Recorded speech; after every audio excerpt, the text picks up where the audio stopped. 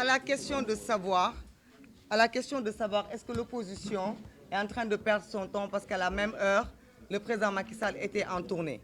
Je voudrais seulement remarquer qu'à l'époque, le président Macky Sall n'avait pas en face de lui un dictateur comme lui. Il avait en face de lui un démocrate qui lui a permis loyalement de participer aux règles du jeu.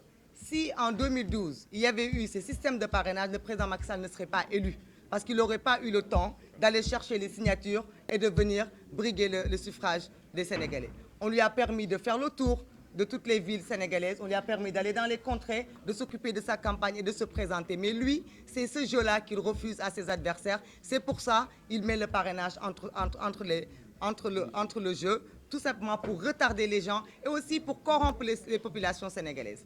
Parce que l'histoire du parrainage n'est pas une histoire politique, c'est une histoire de violation même du secret du vote du citoyen sénégalais. Nous sommes au Sénégal.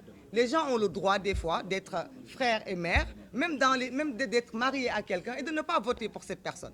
Mais là, on viole le secret du vote parce qu'on vous demande de dire pour qui vous votez. Vous allez donner votre nom, prénom, votre adresse, l'adresse, l'affiliation de vos parents. Bien avant le vote, on saura qui a l'intention de voter pour qui. Donc, il a largement le temps d'aller corrompre les citoyens qui sont contre lui, de menacer les gens qui sont propriétaires de bourses familiales, de menacer les gens qui sont propriétaires de financement. Et c'est pour ça que nous nous battons, parce que nous disons que le citoyen a le droit de garder son vote secret. C'est pour ça qu'il y a des isoloirs, c'est pour ça qu'il y a des urnes. Il n'a pas le droit de violer ce secret-là.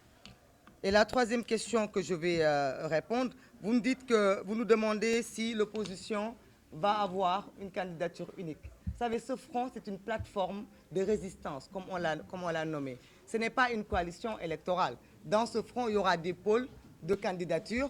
Le moment n'est pas encore à ce niveau-là, parce que tous les partis composants de ce front, ce sont des gens qui pensent d'abord à l'intérêt général avant de penser à leur propre intérêt. Aujourd'hui, il ne s'agit pas d'aller se battre pour dire qui veut être candidat. Si déjà les règles du jeu ne sont pas normales, ne sont pas transparentes, il ne s'agit même pas d'aller au jeu. Donc au jour d'aujourd'hui, cette opposition responsable qui est ici, qui a tout simplement décidé de se battre d'abord pour le citoyen, après on parlera de candidature et on parlera d'autres étapes. On n'en est pas encore là. Nous avons parlé des points, je laisserai mes collègues vous parler de tous les points. J'aimerais tout simplement répondre à un collègue tout à l'heure, à une de vos collègues, qui était en train de demander si au jour d'aujourd'hui, quelle est la date de la mise en œuvre de notre plateforme.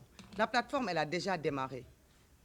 Nous avons une information, peut-être que le président de séance décidera d'en parler ou pas.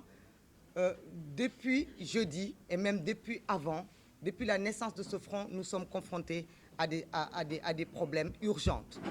L'histoire des commissions, bien sûr que nous demandons et nous exigeons que l'État pousse et prolonge l'inscription des citoyens sénégalais jusqu'au encore 2 mois, jusqu'au mois de juillet, parce que les gens ont le droit de s'inscrire.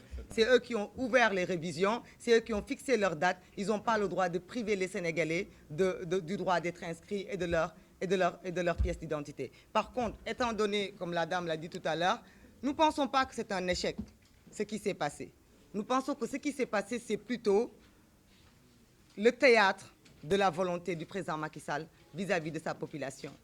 C'est une opposition responsable qui a décidé de ne pas forcer les barrages de la police. Contrairement en 2012, d'autres ont décidé d'aller de l'avant et il y a eu mort d'homme. Nous, ce jour-là, nous avons décidé tout simplement de montrer à la face du monde la détermination du président Macky Sall à opprimer son peuple. Il y avait la police, madame. Ce n'était pas un échec. Il y avait des milliers de Sénégalais qui étaient dans la rue. Qu'est-ce qu'il fallait faire? Il fallait leur demander de continuer sur les barrages et aujourd'hui, on serait comme en 2012 à décompter les morts? Non. Nous avons jugé nécessaire de faire confiance aux députés, de les laisser se battre à l'hémicycle et de reculer, malgré qu'il y a eu des arrestations. C'est pourquoi peut-être on n'a pas vu la masse globale d'un coup, et aussi parce qu'en 2012, rappelons-le, la manifestation était autorisée par le grand démocrate Abdoulaye Wade.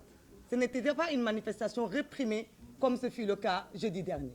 Donc tout le monde peut dire 19 avril, mais on ne peut pas. Et vous-même, vous ne devez pas comparer 19 avril à 23 juin de 2011. Parce que le 23 juin, on avait demandé à tout le monde de venir manifester sa colère. Mais là, on a tout simplement sorti l'armée, la police, les renseignements généraux sur la population. Et nous, nous avons jugé nécessaire de ne pas forcer les gens sur ces barrages pour ne pas justement avoir des blessés. Merci, voilà, Maïmouna. donc je vous remercie et je passe le... les questions Dianté restantes. va prendre le